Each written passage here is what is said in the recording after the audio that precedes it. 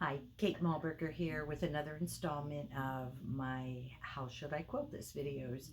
The purpose of the videos is to give you some, hopefully some inspiration on how to dig out those quilt tops and get started on the whole creative process. This is the way I work through it.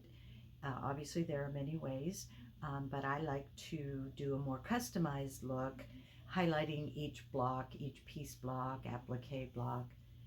Um, but this is my preference, as I said, and there are many ways. So, the quilt that I'm going to work on today is a quilt that was made for my sister, and she is also a quilter. So I really like to do a good job on this one, and I'm going to show you that right away and get started. Okay, so here is the quilt top that I'm going to be working on. This is perfect for all the book readers in your life, but this is a paper piece design, and the pattern was from Angela Pingel, Pingel. She has a website, really, really nice pattern. I need to acknowledge her. And what I've done so far to the quilt top is just safety pin basted. That's my usual preference. And if you don't know how to do that, I do have a free video on my blog to do that as well. And then after I have everything pinned, and the first thing I do is quilt around the outside edge. I'm not sure you can see it real well. There it is on the white. Um, I quilt around the outside edge just to stabilize all the layers to know that they're not going to shift anywhere. The the next step for me is always to anchor the quilt so that I can work on it at leisure. And the next step that I'm going to take is to quilt between the white border and the black border, and then also in the ditch around each book. And that should stabilize this whole quilt so that I can then go in with ruler work and free motion quilting at my leisure. Okay, so I've gone ahead and in quilted in the ditch around each of the book blocks. I went around the spine and the pages. So everything on the quilt has been ditched, and the quilt, I consider it to be anchored. So now I'm free to go in and do whatever kind of quilting I want to in any section of the quilt, and it should not be distorted because it has been anchored. What I've come up with for each of the book blocks is a design like this. I went ahead and did one of the blocks.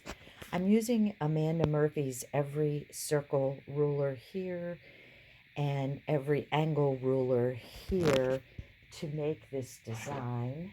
And I'll show you those rulers. This is the every angle ruler that I was able to use for this like diamond shaped crosshatch. And then the circle ruler, I used the inside, which gave me a 1-inch circle, and went ahead and did that down the spine. So I'm going to go ahead and finish quilting all the other blocks, and then I will need to make a decision on the background.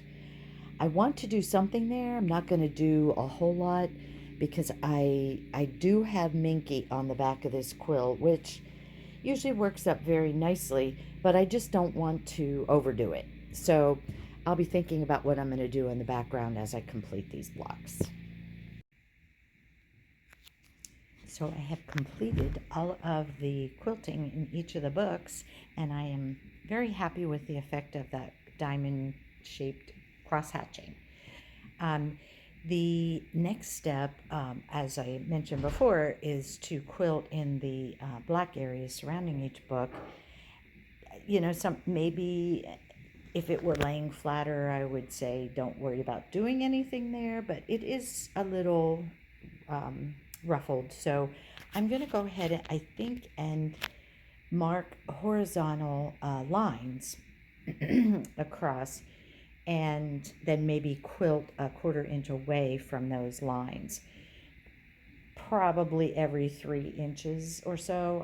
I'll have to measure that all out and go ahead and quilt that next.